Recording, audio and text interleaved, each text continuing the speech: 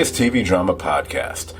I'm Scott, and joining me on the latest edition of the Greatest TV Drama episodes of all time, well, first, my most common partner in crimes against both humanity and podcasting, Dan, is back. Hey, Dan. Hey, first-time caller. Nice. Thanks for having me on the show. The way this night has been going, it really does feel like... It reminds me of that old Mr. Show sketch, but we'll talk about that another time. Surprised you didn't chide me for not trying to do a more traditional style intro for... Because I kept coming up with different ideas for BSG, then I realized I don't really do that for the Greatest TV Drama podcast. You know, I was going the Gata to my Gaius or something. I decided. Oh. Well, I have a BSG introduction for our guest tonight, which I will now introduce. The ketchup to my hot dog, Jamie. Oh. I was really, really hoping that somebody was going to get involved with the hot dog. Yes. You know, we were planning to release this on Christmas, you know.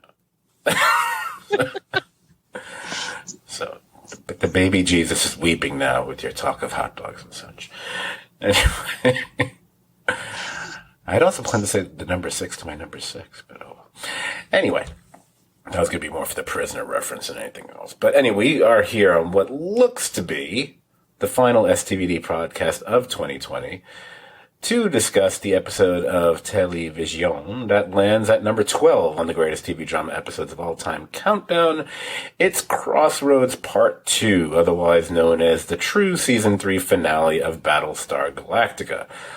Before we get into all matters BSG, a hopefully quicker than quick disclaimer about the countdown. My usual FYI here is that this countdown is not representative of my personal choices or biases, generally speaking at least. It was stat-driven as I culled together a number of articles and ranking website databases that focused on the best or greatest TV episodes of all time. Pulled that together, weeded out candidates that had already been extensively covered on our podcast, and I made sure to limit this to just one episode per series, so we'd end up with hopefully 20 different and hopefully wildly different TV series, and pew pew, bang, bing, bing. There you go. There it is. Hey, that was quick. Okay. So let's get into BSG, and like I said pre-podcast, you guys feel free to jump in, and you can derail the history as much as you want, because that's what I'm going to be going through here. Dan, you might actually be more up to speed on some of this stuff than I am myself. Actually, you probably are, so because you're the bigger fan. Hey. But we'll see. Yeah. Or should I say hyper jump in whenever you feel like it. Oh, God, I'm such a jerk. Anyway, the history of BSG is perhaps a tad bit more complicated than the previous, how many have we done now? Eight series that we've done on this countdown. But I'm pretty sure we all know the basics here. You know, Battlestar Galactica was originally a TV series that ran back on ABC way back in 1978. Back then, that was a series that was trying to capitalize on both Star Wars and also the recent reinvigoration of the Star Trek franchise, which was a year away from kicking off their film franchise. That original series was created by Glenn A. Larson, basically the dude that was behind every other TV series from the late 70s into the 80s. You know, we're talking Buck Rogers, $6 Million Man, Magnum P.I. Quincy! He was behind Quincy. I didn't even know that. And I thought I knew Quincy. You know, Knight Rider. You know, list goes on and on. Quite frankly, Glenn A. Larson and Stephen J. Cannell are probably responsible for more TV series for about a decade and a half than any other combination of the last 40 years. And that includes Dick Wolf or David E. Kelly and all the rest.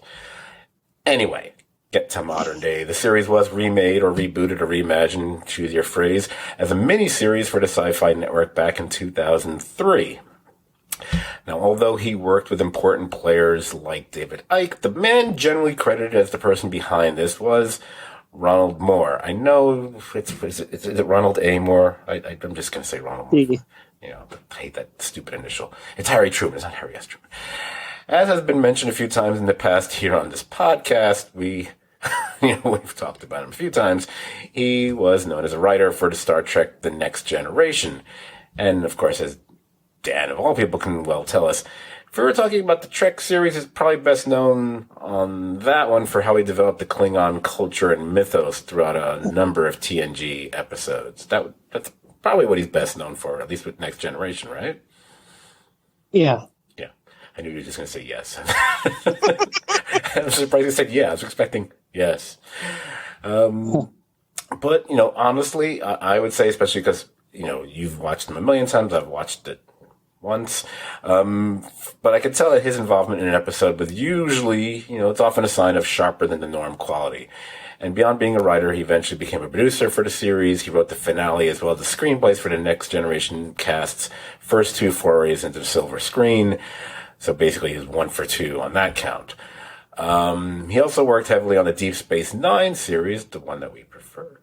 And he had a very, very, very brief stint on Voyager after that. Now, while he was working as a showrunner on the first season of what I would call the beautifully bizarre HBO series Carnival, and I did not know he worked on Carnival. So that's one thing I learned doing this podcast. Interesting. That was when he was collaborating with that fellow David Icke on a Battlestar Galactica miniseries for Sci-Fi, and when that became a massive cable hit, he left Carnival to devote all his time to getting a continuing series of BSG up and running for the Sci-Fi network. Now, in the U.S., the show kicked off in the start of 2005. I say it like that because, for whatever reason, it actually launched in the UK a few months earlier than that, and it ran for 4 seasons. And, you can say it ran for either 74 episodes or 76 episodes, if you choose to include that 2-part Razor TV movie thing, that story-wise, chronologically, I guess, would have been roughly around the end of season 2, somewhere around in that range, I think. I think that's bullshit. It's 74 episodes. That's my personal opinion on it. Because, I don't, there's like 6 or 7 Babylon 5 TV movies. I don't include them as episodes in that series or whatever. So I don't think it counts. Anyway, BSG, in a nutshell, is the story of how, after a sneak attack of a race of robots and androids known as the Cylons laid waste over 99% of the human race that had lived on a group of planets known as the 12 colonies, the remaining survivors set out in a ragtag. It's the only time you ever hear the phrase ragtag. It's usually in shows like Battlestar Galactica. A ragtag fleet of ships to find what was originally thought to be a mythical 13th colony, a planet called Earth, which, to a certain extent, is pretty much the same story as from 1978, only told 1,000 times better. Okay, so before we really get into season 3 and the specific episode we're going to be talking about tonight, I thought I might defer to the two of you finally. Just to get like your overall thoughts on the series, because although Dan's been as known for being a huge fan of the show, I was a really big fan of the show. I think most of our listeners are big fans of the show. I would assume. But we've never really, I can't recall us, we've made maybe joking references to it. I don't know if we've ever really spoken about it at length in any way. So this kind of makes this a more noteworthy podcast than I had originally intentioned, now that I'm thinking about it. So I was always like Dan, I know you love this series. I don't know why you love this series. I've never actually asked you about it. So I was just curious what it was about BSG that kind of attracted you to it, or why do you think it works so well in your opinion? You can freestyle this any way you want. I've always been a fan of the sci-fi shows and grew up watching Star Trek and the like. But for whatever reason, I just ended up connecting with BSG more. I think it's just kind of like, it kind of feels more like the higher quality TV shows, like the Mad Men's and the like, but like in a sci-fi setting more so than like, Deep Space Nine or whatever would. So, it would have a lot of the elements of that show that I really would like a ton of really good supporting characters.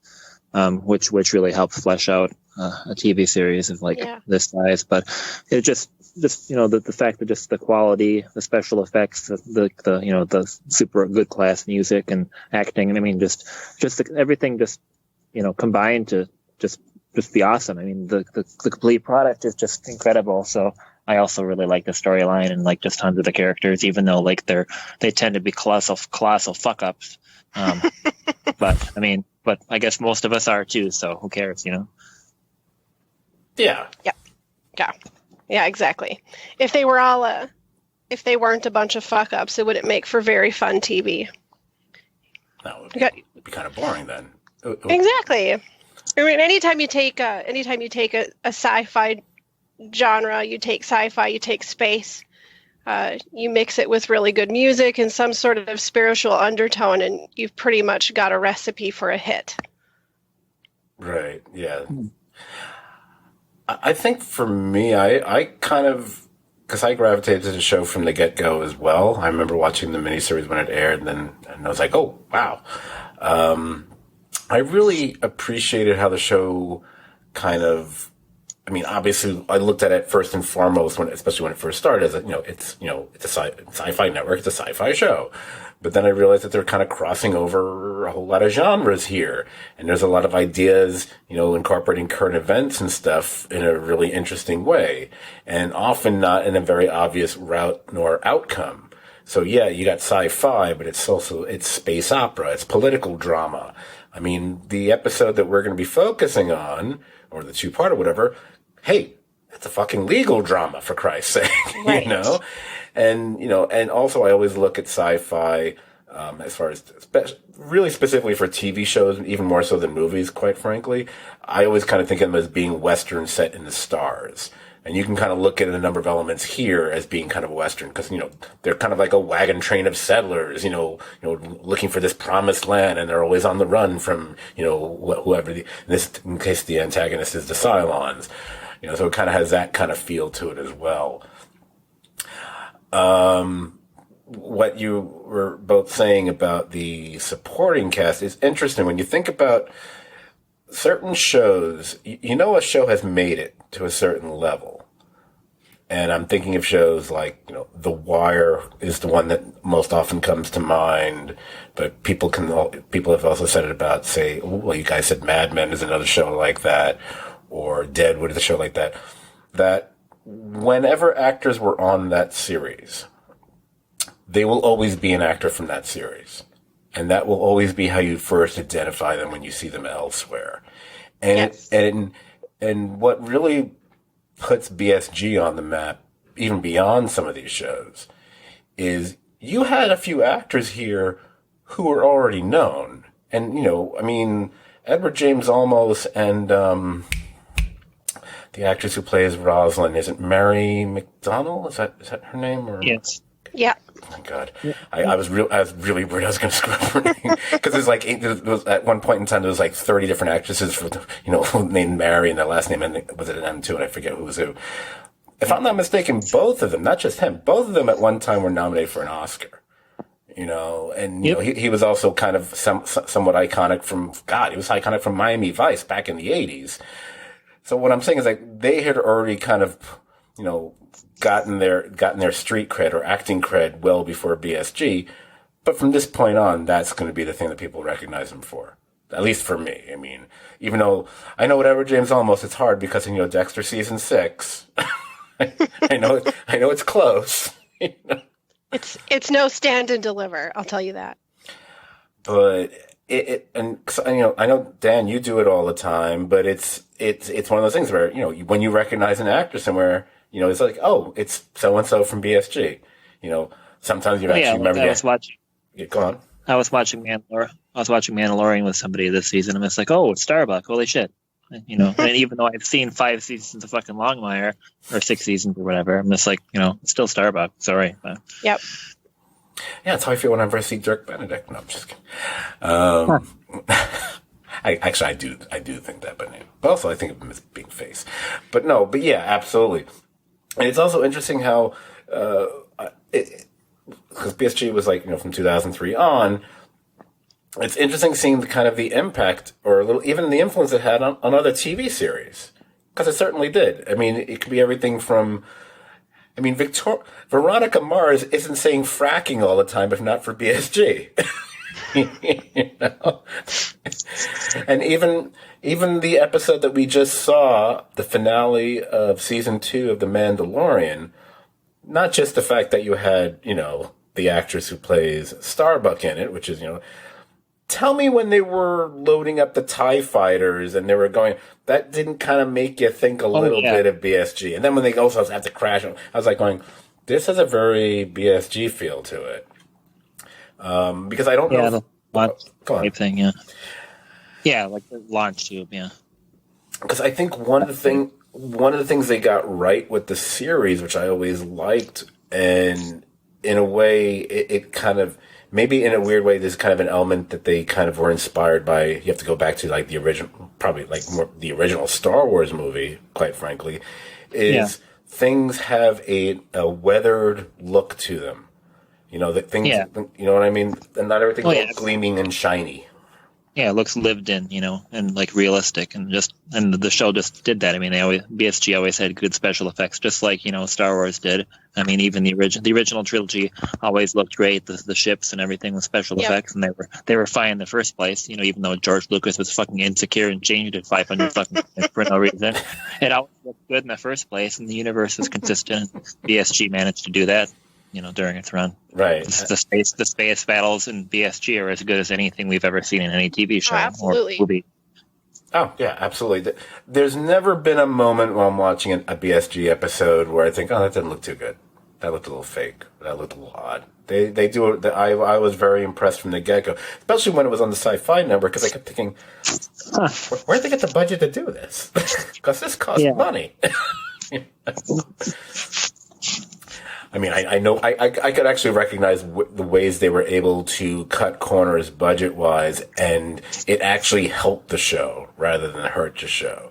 So the fact that, Weeder would be the way their quarters were laid out and everything, he's like, yeah, all that minimalist stuff and the way it looks, it's like, that's also a lot, a lot less expensive to put together and to maintain for a number of seasons than, creating these more, over the top, gadget ridden kind of things. I love it has a texture to it. That's one of the things I always really liked about the show. Yeah, and then more kind of carried over some of the better production type and special effects people from Deep Space Nine. They didn't end up on gay ass fucking Voyager. They just fucking he just brought the better people. They just ended up there, so they were used to operating in kind of a cheaper budget, and they learned how to do it well. So then they were able to do it, similarly on this show. Absolutely. I think another thing with the show, and it's really about when the show started and when it aired, just what was going on in the world at the time, especially in this country, and how the show really reflected a lot of that. I mean, yeah, you can go back and say that's been, in fact, it's entirely appropriate to say that's been kind of one of the hallmarks of science fiction television. That to some extent or other, it is supposed to be holding up a mirror to what's going on in society now, whether it be the Twilight Zone or the original Star Trek series or whatever. Even though those two things did it in a bit more of a obvious way, perhaps. But, this series, you had the post 9/11 hysteria, you had the war on terror, which clearly is playing a major part throughout this series. The Patriot Act, the use of torture, all sorts of civil liberty suspensions. We're happening in present day, and we're also seeing them reflected back in this series. And they don't always go about it in the way you expect them to, which I think is one of the things that really made this an exceptional show, and why I think they did that stuff better than say a show like 24, which was very obvious what they were doing. It's like, oh yeah, we know your political perspective. Well done, idiots. Well, yeah, there's an episode of this show where the female president outlaws abortion. That's something to give some thought to. Yeah, I know how you meant. What's going on? What? No, I lost my chain of thought, so I'm trying to get back. We were talking about abortion, Scott. Right. Yeah, I was trying to. Again, we're releasing this on Christmas Day, which so we've made penis jokes, and now abortion. Okay. I'm just going to say anybody that actually listens to this on Christmas is probably not really deep into the Christmas spirit, and this is totally appropriate. Hey. Yeah, so we hope you're enjoying this, Scott.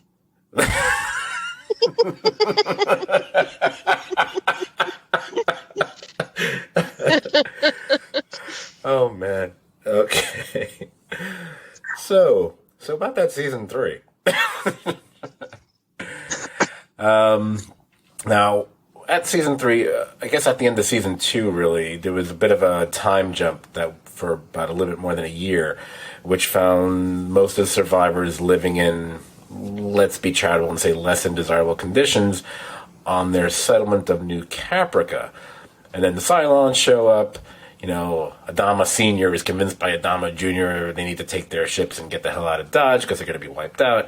And then by the end, Baltar has made a deal with the Cylons that's, you know, quote-unquote, meant to spare lives. And then the Cylons come marching down through the settlement like they're the Nazis in Paris. Which is actually a really great finale, if I remember that now. See, did you not like that finale? I thought that was a great finale. No, I said, I'm agreeing with you. It's awesome. It was good. Okay. Yep. Not used to it. So season 3 picks up with the New Caprica settlement, and essentially you have the Resistance trying to fight back against both the Cylons as well as any number of the collaborators. You know, eventually there's an uprising with Galactica's return, and most of the colonists are rescued. There's also a major plot line during the course of the season, which I'm probably going to screw up even trying to describe. You know the one I'm talking about, the one that's involving the Cylons and the importance of a temple in the Eye of Jupiter. You know, the whole thing was supposed to be like basically a signpost, which is eventually supposed to lead us to... Oops, sorry. I guess I apologize to my own microphone. To lead to the reveal. I named him Mike. It's not a Cylon. You don't have to. It's not going to kill you if you hit it. Trust me. Well, the way this night's been going, who knows? You know, technology is not my friend. It's like that Twilight Zone episode. Anyway, Nothing about machines. yes, exactly. And then, well, at least as long as I don't have a slot machine that makes me fall off a balcony. Ridiculous. The fever. Yeah, I always hated that. I always thought that was stupid. Anyway, basically the whole thing, it's basically a signpost that's supposed to eventually lead to the reveal of the final 5 Cylons. You know, you got, I think that was when you got that character Deanna was resurrecting, and she knew who the 5 were, but then she gets put into cold storage so that, you know, oh dear, we're going to have to wait till, I don't know, maybe the end of the season until that secret is at least mostly revealed. It's like, sorry, Xena, next, you know, better part next time. Anyway, and the other major plot line that really lifts off around the same time, I guess, sort of, would be the arrest and eventual trial of Gaius Baltar as a traitor to the human race, and for being responsible for the loss of, well, we'll say thousands of lives, but in all honesty, you know, they're thinking he's responsible for the loss of billions of lives from the very get-go. Yes. Yeah, that's pretty much season 3, as well as there's like kind of like a never-ending plot line of the various characters like dealing with what they did and what happened to them around the New Caprica stuff too. Right. It's them dealing with the guilt and the shame, or whatever you want to call it, especially, you know, what your favorite character Saul did to his wife and such. Oh, yes. You know, when I paused to take a drink, I thought that one of you would actually jump in there. Anyway, and although we're obviously supposed to be talking about Crossroads Part 2, anyone who rewatched it, y'all will rewatch Part 1 first. If you didn't, you're weird. So we're probably going to have to talk about Part 1 a bit as well. By the way, I love the actor Mark Shepard. He's the lawyer. Was it Romo Lampkin? Romo. Let's call him Romo. Yeah, Romo Lampkin. Even though he sort of kind of plays a variation on the same character all the time, but maybe it's just his personality comes out. But either it's Firefly or this, or what did I just see him on? Yeah, he's on Supernatural, where I'm at now too. He's a recurring character. He's awesome, of course. And I'll give you one that's better than that, because I'm just going to say it's better, even though I haven't seen it. He also shows up a number of times, at least 2 or 3 times on Doom Patrol. That's right. And he's basically like, he's basically Constantine on Doom Patrol, but they're not calling him Constantine. I'm like, he's clearly Constantine. Why can't you just make him Constantine? But I think there's some issues. So like, we're going to make a character who's basically the same character, but he's not. But you know, he can pull off that kind of character really well because that's his thing. Yeah. Anyway, he's defending Baltar, and I guess he has Apollo Adama as his associate. Was he originally set up to be his associate all along, or was he just guarding Baltar, and then he ends up falling into the whole law thing? I can't remember that part because I didn't watch previous to that episode. It's the latter, yeah. It is the latter? Okay. And in the midst of this whole trial, the ship is also calculating jumps in order to get to the Ionian, and I hope I didn't mispronounce that, nebula, in hopes of finding yet another clue of how to get to Earth. And also, it turns out that 4 people aboard the Galactica are having like the worst case of earworm one could ever imagine, you know, without it being an actual worm. Huh. So let's talk about these episodes. I mean, we can talk about both of them, or which way you want to do it. I know you guys have watched them fairly recently. You've actually probably watched them more recently than I have, quite frankly. So, I mean, I love the fact you can do a trial in this futuristic situation, because when you do that, then you don't have to worry about, oh, this isn't, you know, accurate. Oh, this, you don't have to have you don't have to have the consultants that you'd have on a show like The Good Wife or Better Call Saul. If you're doing a trial on BSG, even though they might incorporate certain things that are, you know, quote unquote, you know, reality or realistic. Because, you know, the stuff that happens with Apollo could never happen in a trial. That could never happen. She was right. He's giving the closing statement as testimony. It doesn't even make sense. But so let's get into these 2 episodes. Jamie, what were your thoughts when you were watching part 1? I don't know. Anytime you put a courtroom in space, I'm just kidding.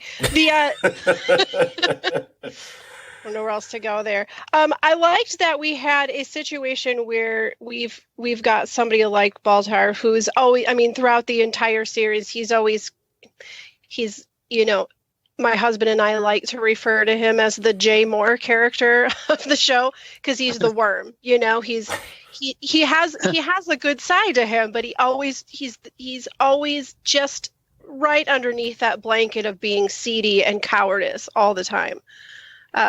The great thing with this 2-part episode is that you confront all of that, and he has to admit all of these parts of himself, but then you have all of these other characters that either were in collaboration some way, shape, or form of what was happening along with him, or just making something up. These characters that usually are of sound moral cause, you know, against his. Now it's kind of flipping the script a little bit, especially in part 2, when you really start to see, like Felix, for example, you know, when he's saying, yeah, he signed it, he didn't care, you know, talking about the death list. You get to see it kind of flip a little bit, but the unfortunate thing is even if it makes you somehow have some sort of compassion for Baltar, I mean, as soon as the case is done, you're right back to going, oh yeah, he's a seedy shit. Right. he's not so great. Well, I'm sorry. Go on. I'll leave. Just this whole trial reminds me of Perry Mason, which I just watched, because like you got a witness perjuring themselves, and but then the defendant's just getting tried for like having like crappy moral character, not exactly right. For the crime. Exactly. It's like you're not a great person. That's that's what we're holding against you. You're not a great person. Right. Well, I think what's interesting is, it's that twist that they do in these episodes, and more specifically part 2, but you see it happening in part 1 too, I think, where, your character is you have an immoral person on trial, but what he's on trial for, he's actually not technically guilty of. But all these people who, up until this point, were morally upstanding people are all twisting them around. Because, yes, Felix obviously is the big one with perjury, but it would also apply to Adama, as one of the judges, and, and quite frankly, the way the president's talking about him. It's just a bunch of people wanting to take their really icky feelings about how something happened and trying to put all of that on one person to carry the guilt. Right. To carry the blame. Which is what Apollo gets to in his, unending testimony, final statement, whatever you want to call it, what he does there. What fracking system? But what you said before, but the best part about all this is it's minutes later we're reminded, oh yeah, but Baltar's still an awful person, and he's also just basically an asshole. Right. Yeah, like immediately he's going, okay, book deal. Yeah, it's one of those things. He's a scumbag, but I wouldn't necessarily call him evil. I just think he's immoral, but he's very weak. Just weak, immoral, not a lot of true confidence. But at least he lost the election a month ago. Oh, different. Huzzah. Oh, it was so funny listening to him, realizing the whole stuff that happened with the election. I was looking back on between Rosalind and Baltar, and you almost wish you could have done a podcast about that, considering what was going on here for the last several weeks with voting shenanigans and all this stuff. It could have been a theme week, because that was also in The Good Wife too. And it's like, wait, we should just do all these focus on all these episodes with like stuffing ballot boxes or fraudulent votes. But it looked like we were kind of doing the podcast for someone instead of against somebody, so we couldn't do that. Sorry, God. Anyway, so. and just like in the show, it creates chaos in the courtroom. I liked how the upheaval too. Once they decided that he was found not guilty, that everybody just like flipped out in the courtroom. How easy everybody was played as an audience in that room. Oh yeah. Well, it's the fact is that they were going for justice by mob rule, and when it went against them, well, then the mob tried to take it over anyway. But that exact reaction just fuels the ability for him to become, this strange worshipped idol with his groupies. God, I'm remembering that storyline now. That's right. So you had that, and that was kind of, one of the big dramatic thrusts of this final two-parter. But at the same time, other than trying to, elude the Cylons, what's going on with that, you've got the little mystery thing that's going on, which eventually leads to the big reveal. But we're seeing like the visions or the dreams that Rosalind is having in the opera house, and those, those five glowing silhouettes, which we know are going to be, the five. By the way, I have to ask, when you first saw this episode, I'm talking about the part 2, was there a part of you that you're watching the episode and you're going, but where's the fifth one? Where's the fifth one? Who's number 5? Because I remember I was thinking that when I was watching it way back when. Sure. I just assumed it was Starbuck at the time. Yeah, I cannot remember who I assumed it was going to be. It did not end up being anyone that I had on my radar, and quite frankly kind of bummed me out a little bit. But yeah, I think anyone watching it who can count would be like, we're missing someone. Right. I did that deliberate silence, see if anyone would jump in. Okay.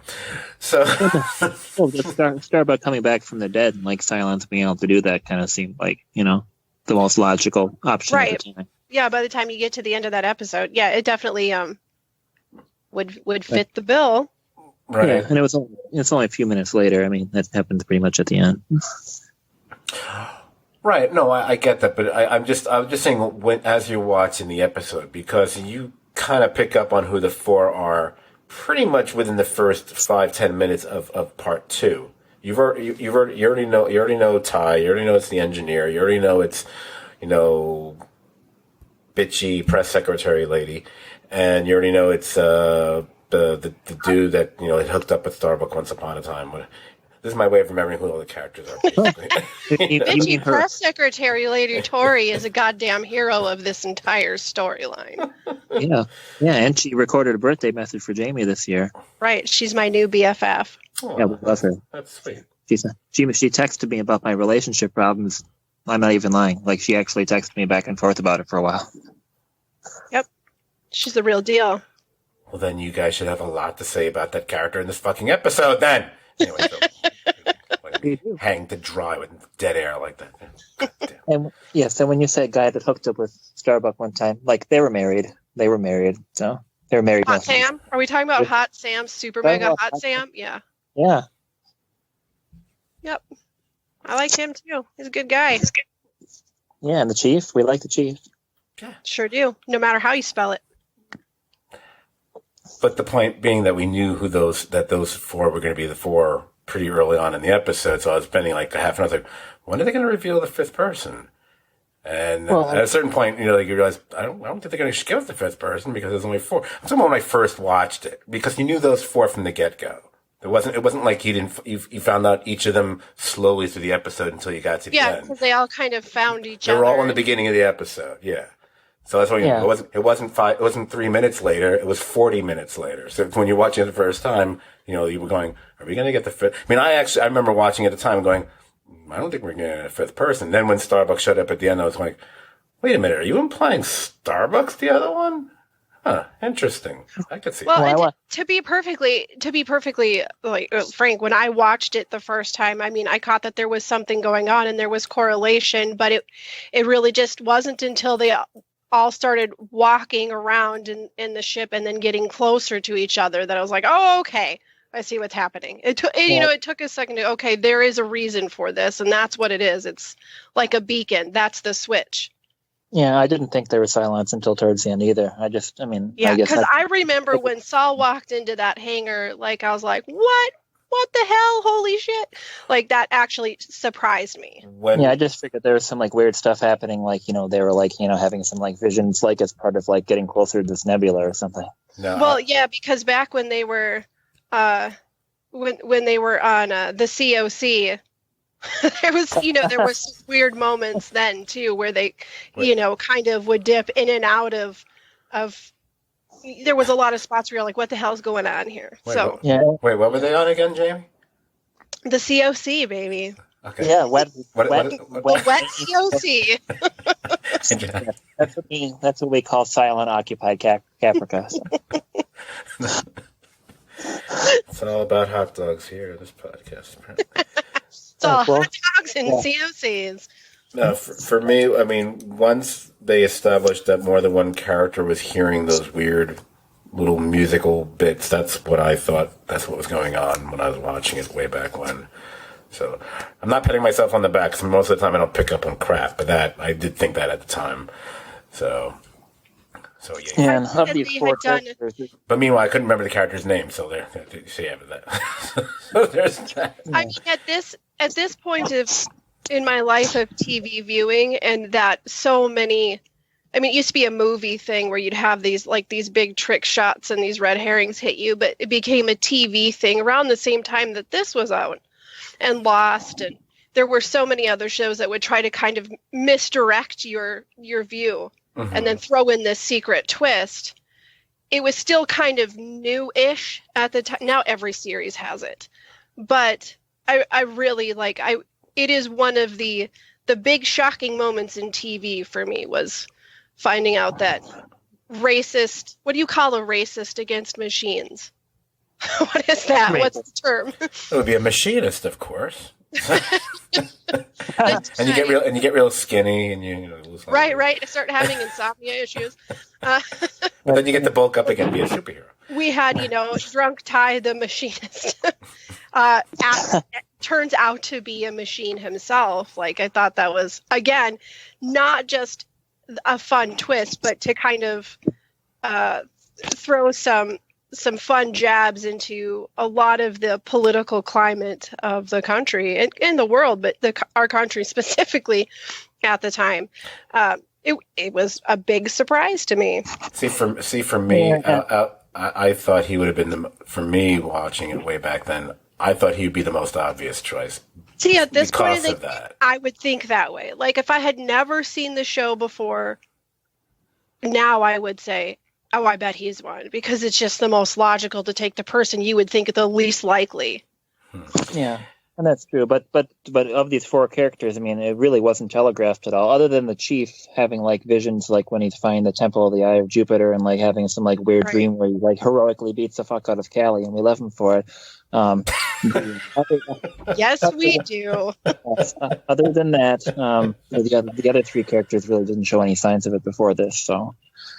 And by the way, Aaron Douglas, who plays him, he is just a sweetheart. Follow his Twitter; it's always really fun. He still throws some fun Battlestar Galactica like behind the scenes stuff in there every so often, and has some of his friends from the set. They'll do little like TikTok videos and goofy things. But he's a fun person to follow on Twitter. If you don't, check it out. Yeah, he almost ended up doing your birthday message, but I decided murdering Callie was better than marrying Callie, so it's a tough call. It's a really tough call. I mean, any downfall that character had to go through, like whoever played their part, I'm all for it. Yeah, I mean, we're even happy that the actress just got divorced from like some stupid snatch from the fucking sex cult. So yeah, yay. Yep, fuck you, Callie. Fuck you, Callie, and your bangs. Yeah, your fucking stupid ass bangs. Racist. Blossom bangs. Racist machinist, blossom bang wearer. Yeah, sloppy seconds for after Boomer. Well, get your baby to stop crying. Yeah. You dumb baby. Of course, the sad thing is so again, we want to wish a Merry Christmas to everybody. Listen. Yeah. I identified myself as Hot Dog earlier in this podcast, and Hot Dog fucking knocked that bitch up. So it's the offspring of Hot Dog. Would that be like a little Smokey? It's gonna be his pilot name, Little Smokey. Yeah, because he got singed when he did that fiery launch when Galactica was landing on New Caprica. Yeah. See, that makes sense. Like we wrote it. Yep. I thought it was CIC, not COC. No, COC, that's what me and Jamie call Silent Occupied Caprica, where Hilo hangs out all of season 1. Okay. Yes. That's what you Yes. Got it. And it's always raining, so we call it wet COC. Yep. All right, then. So, I don't know where to go with this. Hey, well, let's talk about what the switch was. The song that they all started citing, which was really awkward and weird to watch it again for some reason. Like them saying their own little part, like their own little bit of the song's lyrics was sort of weird. But doing the All Along the Watchtower originally by the Bobby Dylan. Probably one of the most covered songs in, U.S. music history. Yep. I think that I have Dan in agreement that Freddie Mercury's version is probably one of the best covers. Yeah, I really like it. The music and the vocals are pretty awesome, I think. Yes, AKA BT4. That's his writer's name, by the way. Back to, You're referring to the version that was in the episode? Yes. Yeah. Yes. It was all right. I'm sorry. The first three. Not big on the sitar. The electric. You know sitar. what? It's a fine version, but when I think of the song, there's about 3 or 4 versions that come to mind first. Do I put it next to those? No, but it's a fine version. It's fine. It's okay. Well, and I thought it's a great song to have used. I kind of did some digging to it was along the lines of what I assumed it was going to be, but some interviews with Mercury talking about why this song, what made you choose it. And a really large part of it is because of the way that Dylan has chronologically written the story, where the actual beginning of the story is at the end of the song. And it's not so much about it's more about the experience of knowing what's about to happen and what's going to happen. Not what does happen, because it already did happen. And if you've watched this series, you can tie that train of thought into how this series plays out. And the worst version of this song is when these four Cylons try humming it together, because their harmony is just fucking It was off. horrible. You can tell whatever. It's just bad. It's so bad. It was rough. It was rough stuff. Real rough. I'm just throwing this out there. Pretty sure they did that in one take, and they were like, "This isn't going to get any better.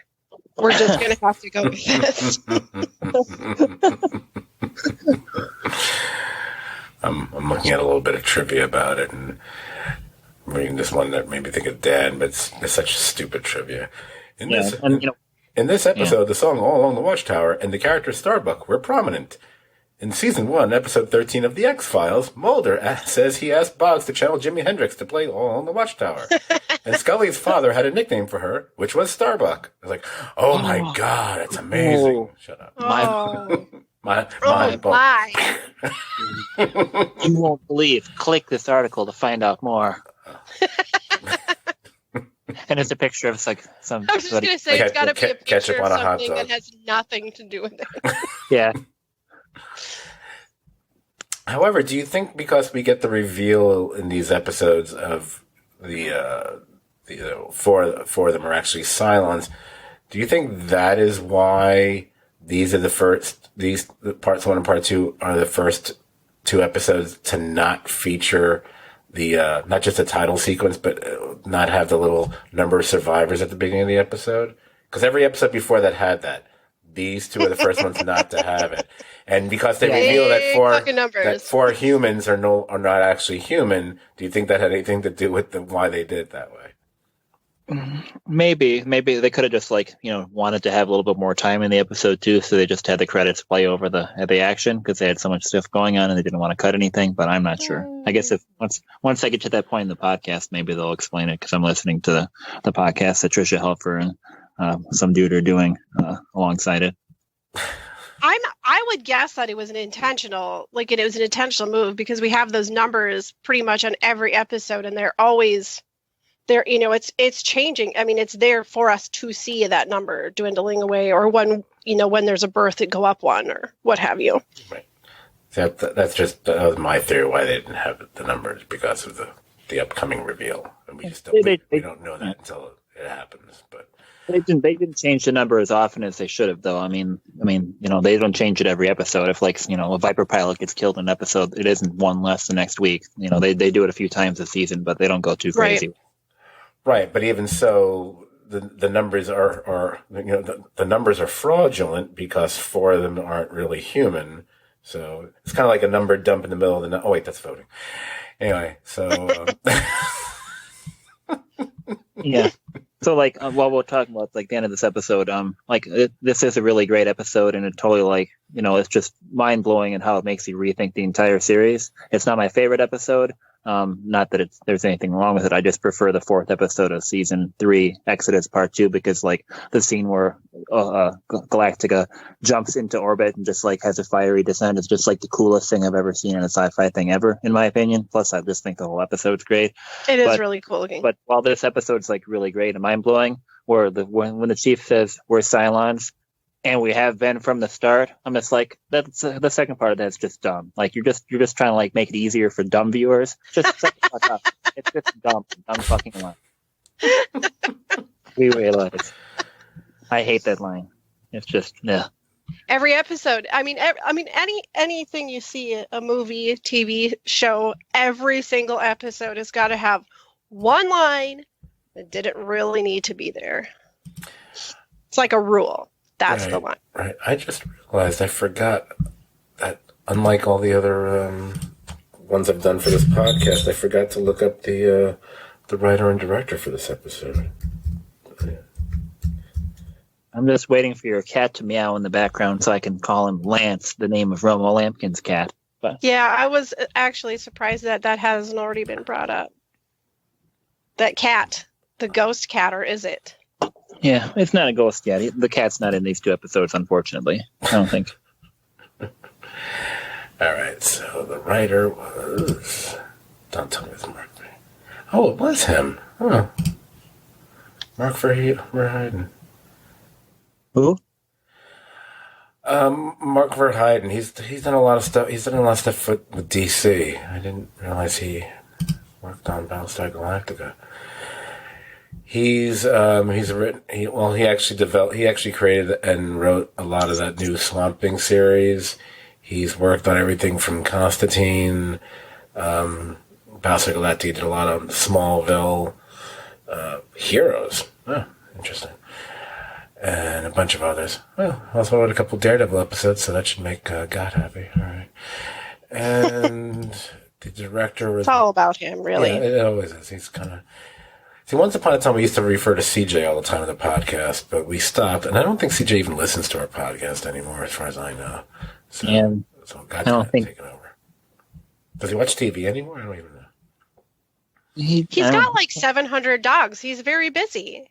Yeah, and he's married, too. He's married and has 700 dogs to deal with. And he found somebody with extremely low standards in liberal California. Well, Michael Reimer directed the episode. He actually directed a lot of episodes of Battlestar Galactica, but he also directed a lot of episodes of Hannibal. So, yeah, he's like the main director of BSG. Yeah, he's directed like 22 episodes. So yeah, that's a hefty chunk there. Okay, now my conscience is clear because I know how much people care when I tell them who the writer and director is. It's like, wait, I can't believe he didn't tell us. What's wrong with him? Yeah, I don't see. It's hard for me to remember what my favorite episodes were of this show because I tend to go back to a lot of the earlier ones. Was it 33? Is that like the first or second episode? Is it 33? Did I get the number right? It's the first episode. Yeah, that alone, I always thought that kind of like set a great standard for the show right from the get-go. And it really locked me in. It's like, okay, I gotta tell people to watch this goddamn thing. Cause I was trying to tell people to watch it at the time and they were like, oh, I don't really. They kind of sort of remembered Battlestar Galactica and they had no interest in it. It was like, no, forget that. You gotta watch this. It's totally different. Yeah. Even though, it's definitely, it's a weird show because if you were to just say, hey, to somebody, you should watch this show. I mean, from the outside, it's just, it is really hard to describe what they would be getting into because it's one of the reasons why the show is so good because it's not just like we talked at the beginning, it really doesn't just fit a single genre. Not really. It just looks like a specific genre. Yeah. Right. Yeah. I think that it's because so much of it is grounded in, just really great character drama that you can strip away whatever genre it actually happens to be taking place in. So it's kind of like the way we talk about, not to run out the same cliche I've used too many fucking times already, but when I tell someone to watch Mad Men, and they're like, I don't care about advertising. You don't need to care about advertising. It's worth watching. Friday Night Lights is usually the best example, actually. That's a much better example than Mad Men. It's like, I don't give two fucks about high school football. I have no interest whatsoever. I don't even care about college football. Sorry, everybody. Or even professional, quite frankly. Yeah, fuck off. Sorry, Got. But that show was fantastic. Didn't matter that I didn't care about it. Or if you want to be silly, you can watch The League and think it's one of the funniest shows ever, even though you have no interest whatsoever in fantasy football. I don't, but it's a historical show. Same with this, that's why I think the shows, the shows that really are at the top are the shows that you kind of, when you try to push them on people, you tell them, no, it's not just that. Whether it be a show like this is a great example of that.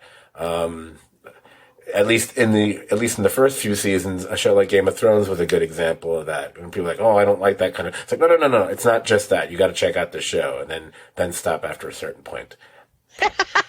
And then immediately stop. Yeah. I'm gonna have Pat on the podcast in about a month. That's gonna be a fun conversation.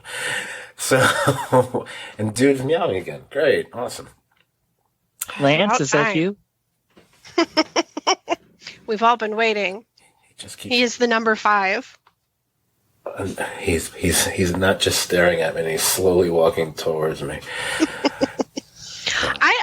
I don't know. I as a series altogether, there's very, very few.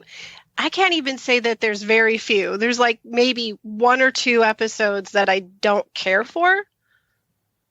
It's one of those series where it's like everything is pretty damn good, and then some of it's really great. Yeah. Well, yeah. Black Market sucks. It's Woo! pointless. Yeah, that's a doozy. And the episode where like Hilo's dealing with some doctor that's like poisoning like the people from the dumbass planet. Yeah. The Sagittarius.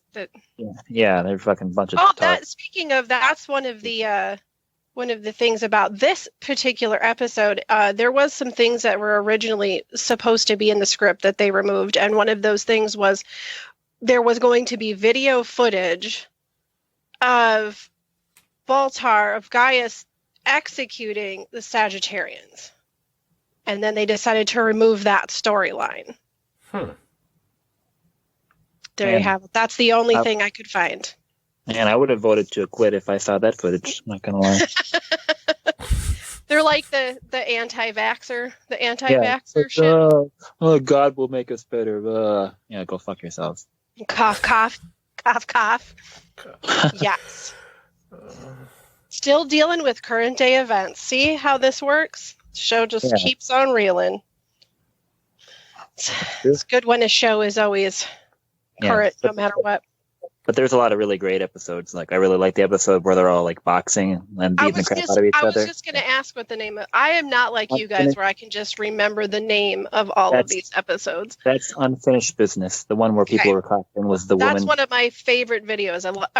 Episodes. I love the way that it's shot, like the way the video shot, like during the boxing, the conversations that are had. It's just a really great character episode.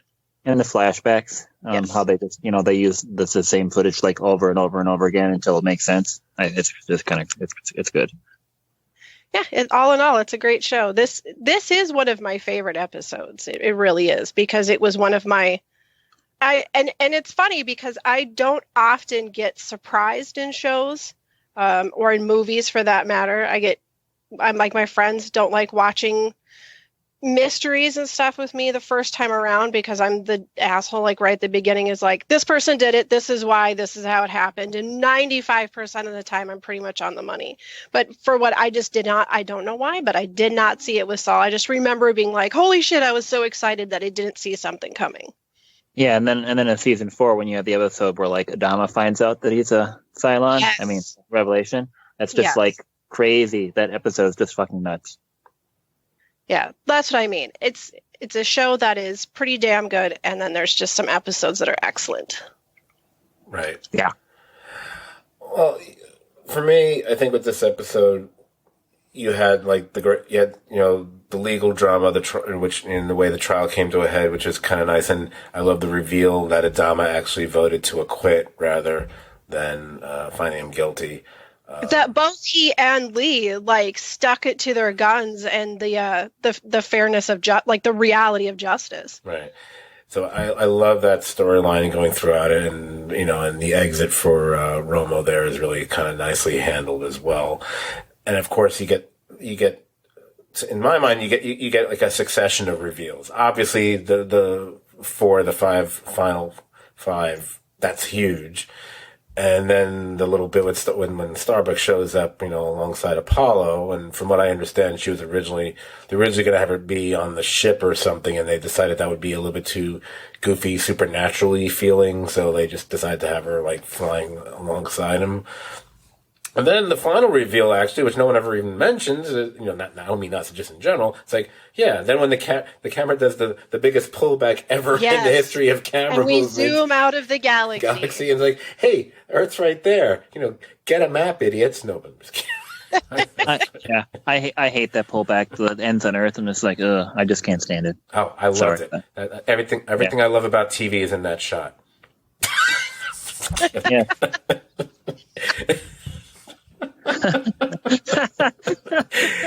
I was like, wait, is that John Hamm on Earth?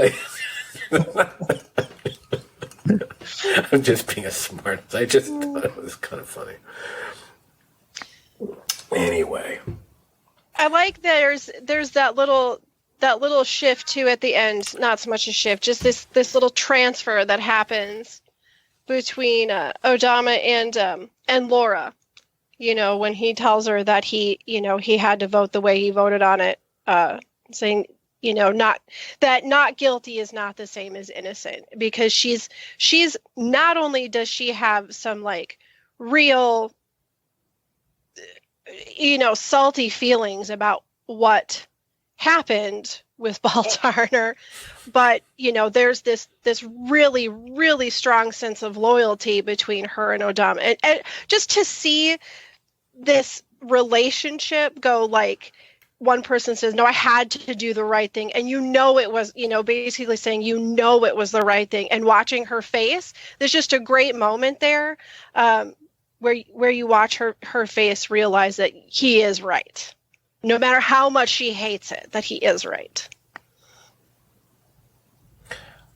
I have to be honest, I'm trying to remember if I was really that big a Rosalind fan to begin with on the show. I love her. She's definitely in my top 5 favorite characters in this series. Yeah, and those two are like the best couple like on any sci-fi show ever by far. I definitely think so. I feel like their relationship is any sci-fi. I gotta for real. Their relationship is very it's like a really true version of what a healthy relationship. It's not filled with a bunch of craziness just for the sake of drama. There's just this very like low key, like real love between the two of them, and I adore it. It's really fucking aspirational. I should be more for sure. I should be a bit more clear. I don't mean I don't like Rosalind as a character, and I like her with Adam. I think that stuff is handled very well. So let me be clear. I just don't. I don't care for her as a president. She's Jimmy Carter, okay? Jimmy Carter's a great. I love the guy. He's an amazing person, whatever. But I don't think he was a particularly good president. I don't think Rosalind is a particularly good president. I don't think there's been anyone else either. But I'm just saying, I think she's a great president. Well, I mean, she kind of got shoved into the role of being the Secretary of Education. It's a completely different ballgame. Oh, boo-hoo. I mean, like, really. Oh, yeah. What about designated survivor, man? Didn't you see Kiefer? Anyway. Especially when you consider that 99% of the entire planet's population. I mean, that's a tough gig. I don't think anybody would have walked into that gig as president and done an efficient job. It's an easy gig. Instead of being in charge of 330 million people, it's 50,000. Yeah, but you've got super uber intelligent reincarnating machines on you the whole time. Super intelligent. Well, yeah, but Dominion. How many times are you going to give them a hard? Oh, sorry. Anyway, that poor guy. Death threats. Anyway, I was watching CNN earlier today. I'm sorry. So, yeah, I agree with most of your guys' assessments on the show. I was a big fan of it. I just haven't watched it in a while. A lot of that has to do with the fact that I sold my DVDs several years ago because it was one of the most obnoxious packaging situations I ever had, and I just sold it. I never rebought them. And now, of course, now that you can only watch them on like Peacock TV or something, I really wish I still had the discs, but whatever. I even sold the little Cylon figure that came with it, which is a shame. You could buy an SD format on Amazon for $1.99 an episode right now, or like $9.99 for the entire season if you really felt like selling your soul to Amazon to get to watch the season. Yeah, I don't want to do that. I tried to do the SD, and they wouldn't let me purchase it via SD. They were forcing me to do the HD, and I was like, I just need to watch them just for a podcast. You know what? I'm just going to sit in my room and watch it on the computer on Peacock TV for free. Little heads up that I figured out. is that when I try to use a Roku or a Fire Stick to get something on SD through the television, it doesn't work. But if I go to the Amazon Prime app on my phone, SD is available, purchase it on there, and then just watch it on the TV. Oh, wow. Wow, it's like Elliot from Mr. Robot here with the hacks here. Wow. Yeah. Well, real like, top notch, this brain, let me tell you. It'd be like the worst episode of Mr. Robot ever. In this episode, things you can learn. This is how you can watch it. This is how you can watch a poorer quality resolution episode. Hey, it's like $4 cheaper. Sometimes that's worth it. Hey, you don't gotta tell me. Jeez. Anyway. So yeah, I mean, my only problem is I don't remember the series well enough to actually start plucking out what my favorite episodes were. I tend to remember more in terms of storylines and story arcs.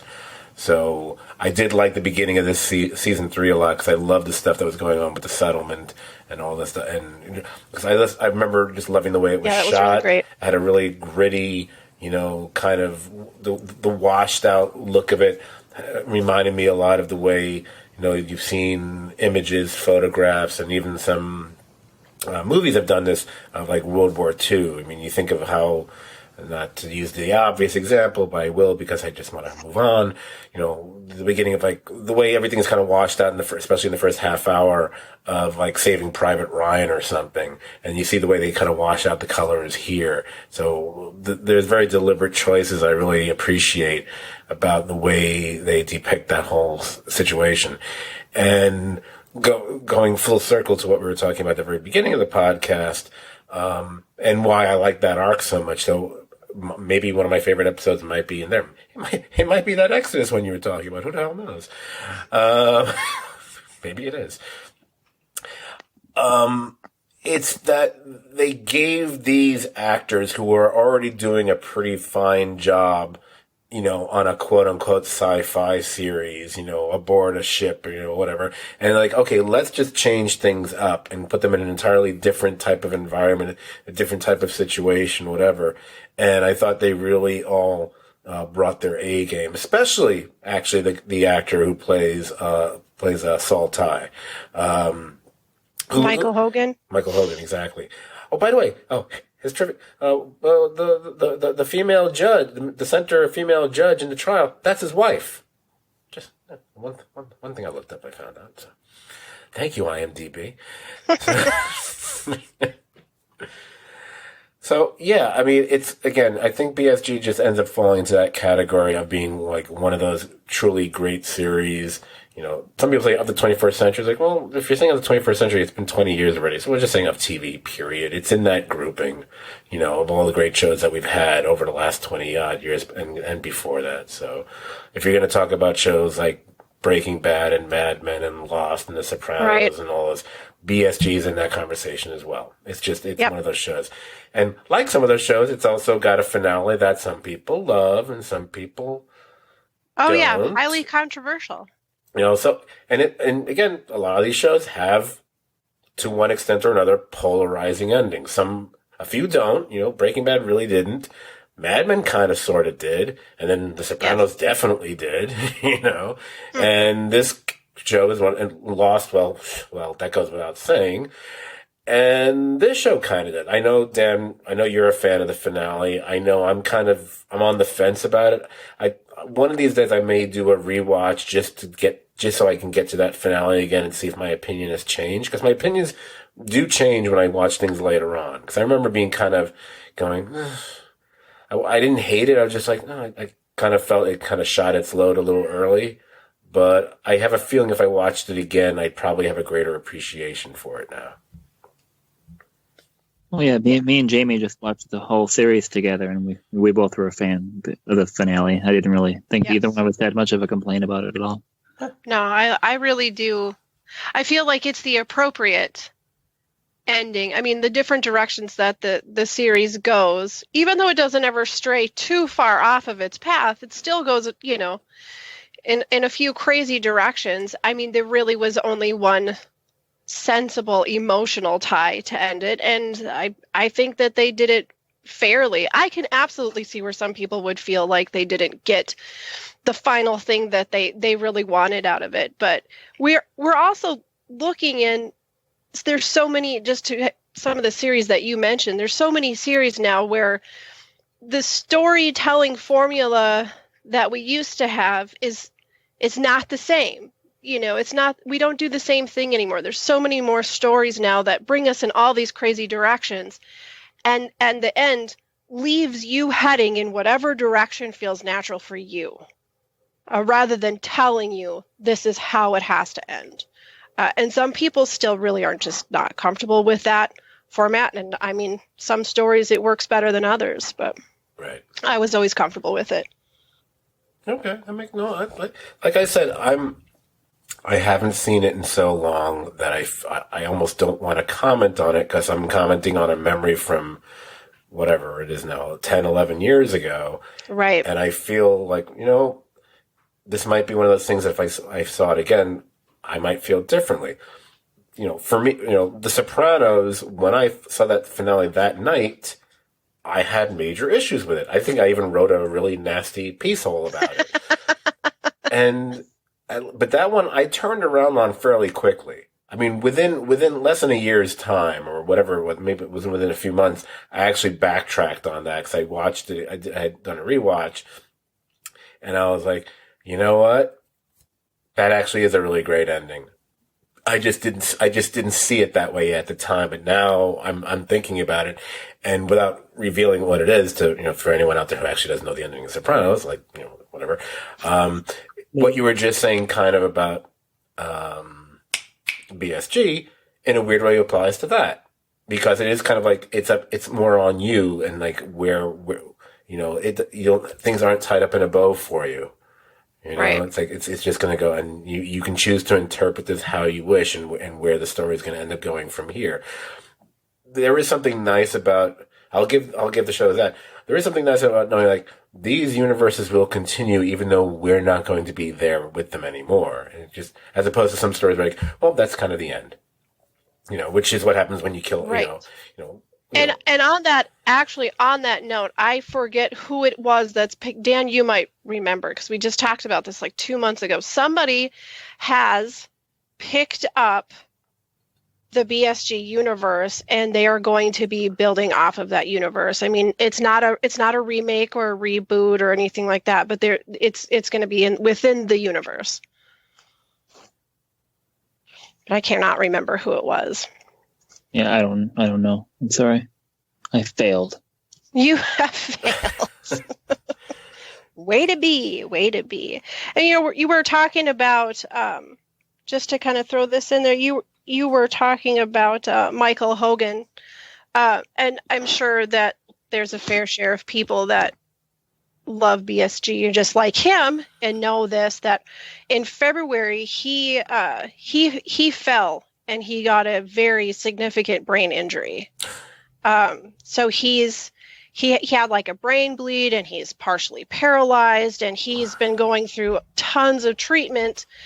He has been making improvements, but it's pretty known across the board that he is probably more than likely done with acting. So we're lucky to have all the things we have with him in it, because he is pretty awesome. Well, he's awesome in Battlestar Galactica. I just like him. I mean, you can't, like, how like some people you can't shake Canada out of that man's voice. So I just love it. Yeah, no, I've enjoyed him on, obviously, BSG, and also that season of Fargo where he's there for a little bit.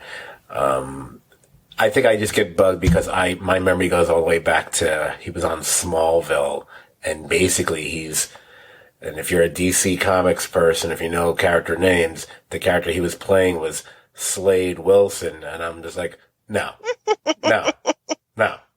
I don't know if you know who Slade Wilson is or not. I'm assuming I'm hoping one of you do, because it's like, no. So it's even funnier that on this show, on BSG, he ends up with an eye patch, and it's like, what? Like the eye patch that Slade Wilson would have? Deathstroke? Please. Worst piece of casting ever.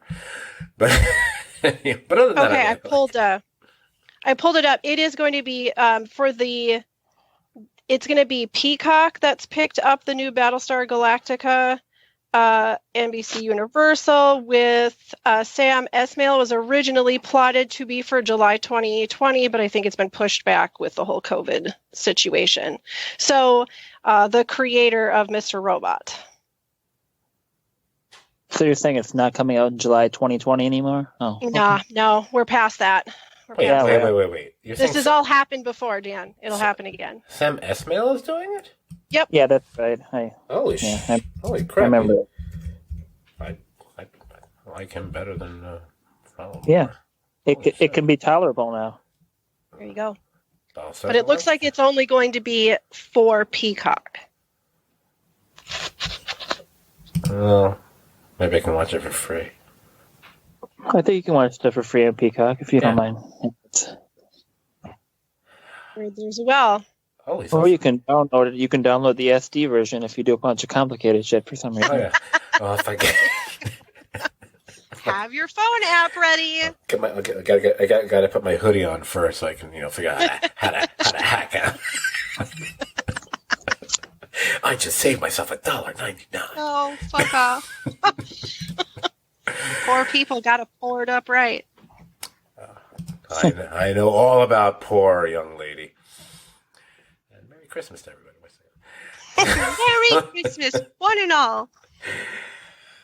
All right, let me get. I guess I should start getting to the latter part of this podcast here, where unless do we have any other little insights we want to pass on BSG before we move on?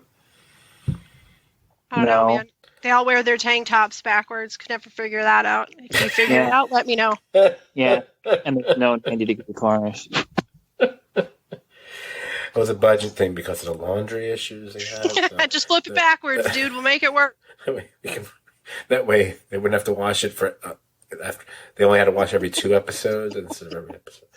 Yeah, and every now and then, Hilo or Lee have a really bad haircut, like I do for a couple days. Yep. Those are the. Seriously, we have a cold. We have a cold day. We're acting with a cold. All right.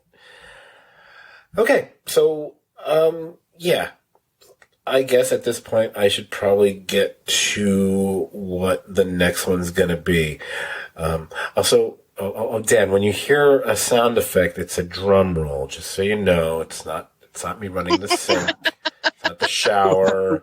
It's not dude taking a piss in my ear. It's a stupid little YouTube clip of a drum roll. So you don't talk over it right when I'm about to reveal something. Oops. I'm just imagining it would be like at the end with the final 4, and just when someone's about to say we're silent, and we're like, hey, you know what? Is there a reason you're all socially distancing? You don't have COVID-19 here, do you? I mean, couldn't you guys get a little bit closer? No. Anyway, dumb joke. Okay, so the countdown. So far, we've had House's Head number 20. Dexter the Getaway was number 19. Firefly Out of Gas was number 18. Mr. Robot's 407 Proxy Authentication Required was number 17.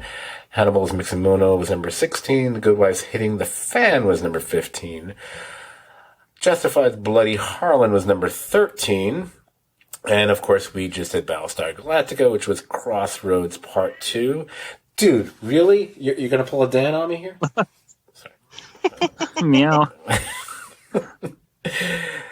Anyway, what was I saying? BSG was number 12 with Crossroads Part 2, which means we are now trying to figure out what is going to be number 11 on the greatest TV drama episodes of all time.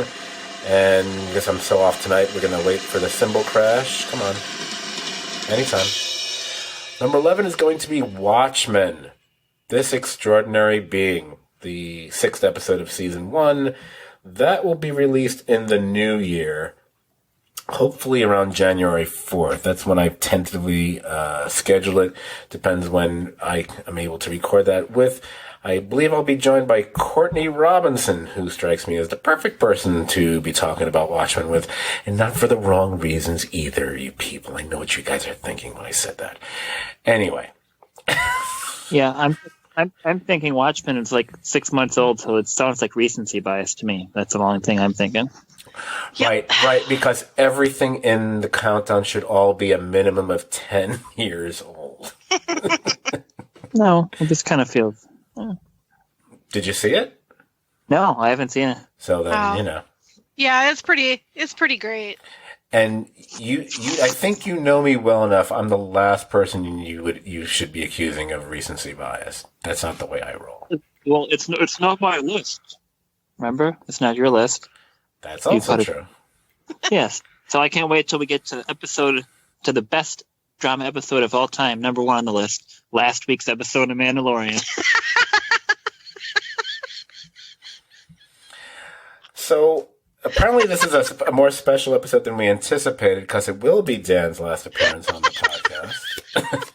Meow. So it's just going to be STV podcast. It'll be Scot TV. We're losing the D. Sorry, I mean, no more D for you. That's what she asked for. Oh shit! Oh, I've got a whole lot to say about that Mandalorian thing, but I'm not going to say it here. Oh, it was good. It was. I loved it. Even though don't spoil Jamie. The whole Rogue One thing. She still hasn't watched it. No. Nope, I haven't got to watch it yet. She's only seen half of season 1. Oh, well, good Lord. All right, whatever. I'll get there. Okay, whatever. Anyway, if somehow, despite all this, you enjoyed this podcast, chances are you might enjoy hanging out on our Facebook page as well. It's the Serious TV Drama Podcast page. Like the page, you can join the conversation about shows like BSG and so many others. You can also find us on Apple Podcasts. That's where you can subscribe to our feed as well as rate and review us there. Hey, if you hate the podcast, give us a 1-star review like that other guy did, because apparently that results in lots more downloads. People want to hear the bad ones for some reason. Anyway, you can also find us on Stitcher. No one does. And probably a dozen other platforms out there. And finally, nope, not finally yet. You can find all of our, really, dude? You can find all of our podcasts on STVD. Would it be a special podcast if we actually recorded me murdering my cat on the podcast?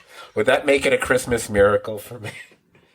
And he does that just because he's staring at a mug of water and meowing at it, and then he drinks from it. That is why he's meowing all the time. That's the only thing that makes him meow like that. He won't meow to be fed. He meows because he just meows at the water for like 5 minutes before he can drink it. Be like me, like picking up my drink here. I'm like going. My cat Richie is listening to this right now, and what he does is he'll put his head like against the bowl of water and push it around the room and then drink it. I would love if he did that. Of course, no. He'll end up. This cat would push it on top of something electronic. He'll push it up. Yeah, Richie moves like a heavy stone bowl, like 2 feet for some fucking reason. He's weird. Isn't that right, you little skank? Yeah. So, you can find all 293. Is this 293? 293 of our podcasts on stvdpodcast.podbean.com. And finally, you can follow us on Twitter. Our handle there is at STVD Podcast. That's STVD as in Serious TV Drama. So, I'm pretty sure this will be our last podcast we're releasing in 2020. Pretty sure this podcast pretty much went the way the year did. No, at least for me. It only took us like an hour and a half because my Skype was not working correctly, as per usual. So, I don't know if you guys wanted to say anything at the end here, either about the holiday or about the year before I close it out. So I'll, Jamie, if you'd like to say something, and then Dan can do his Daniness. Yeah, just thanks thanks again for having me, letting me say a few things about a show that I love. And it's been a fun year, and I look forward to when we get to do some Better Call Saul again. And I don't know, maybe leave our freaking house without, being worried about the diseases being thrown at us. But, that's for another conversation. But yeah, so thanks for having me on here. And Dan, you will always be the Anastasia to my Fat Lee. And Scott, I think it's really important to note that we're Cylons, and we have been from the start. Okay then, Dan. I don't really have anything much pleasant to add. I'm sorry. Fuck the last month. Fuck everything. Merry Christmas, though.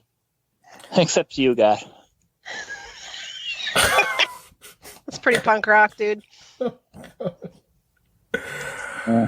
Sorry. No, it's okay. Hey, you don't need to apologize. Hey, you guys bore the burden of this podcast, because I certainly wasn't bringing it for a change. So for a change, that's bullshit. Anyway, yeah, it hasn't been a great year in a lot of ways. But you know what? We'll probably talk about that a bit more at some point early next year on the. Believe it or not, we will have a podcast called The Best of 2020 that will be specifically about television, not anything else, obviously. That'll be released sometime within the first 2 weeks. If I had to guess a date off the top of my head, probably, I don't know, January 11th or something like that.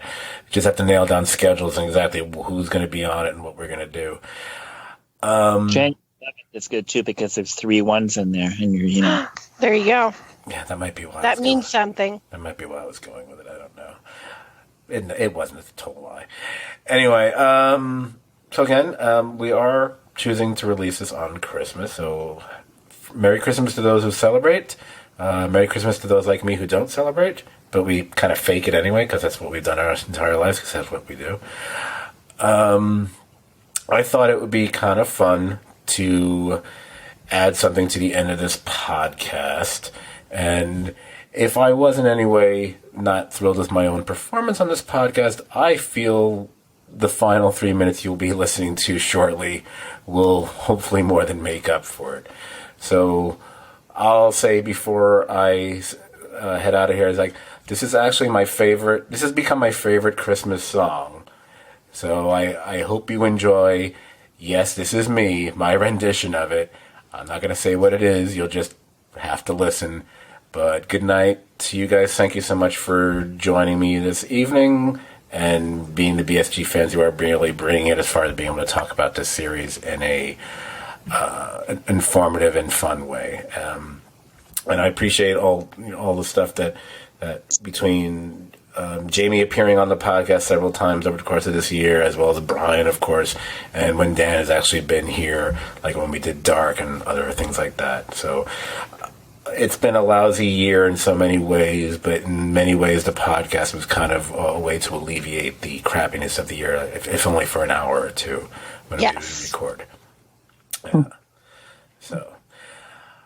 So that's it. So good night to you guys. Good night to everybody. And with that, I hope you will enjoy this song.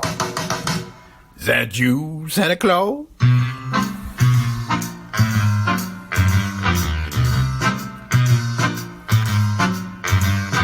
Guess I'm preparing for some Christmas sharing, but I pause because hanging my stocking, I can hear a knocking.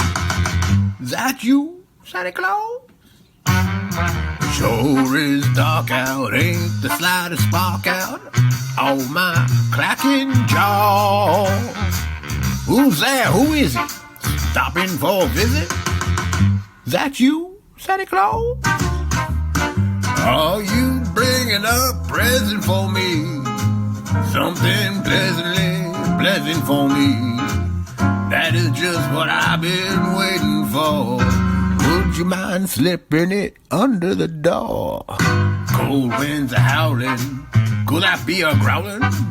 My legs feel like straws. Yeah, my, oh me, my. Kindly would you reply? Is that you, Santa Claus?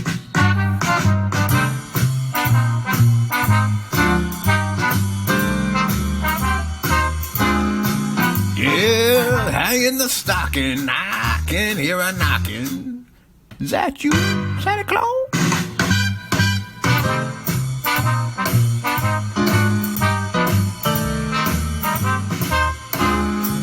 I said, who's there, who is it? Are you stopping for a visit? Is that you, Santa Claus? Oh, there, Santa, you gave me a scare. Now stop teasing cause I know you're there. We don't believe in no goblins today, but I can't explain why I'm shaking that way. I can see old Santa in the keyhole. I'll get to the cause. One peek and I'll try there. Oh, there's an eye there.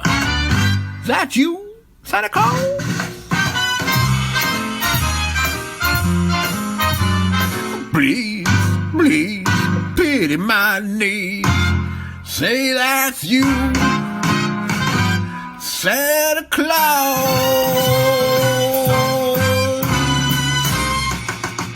That's him, all right.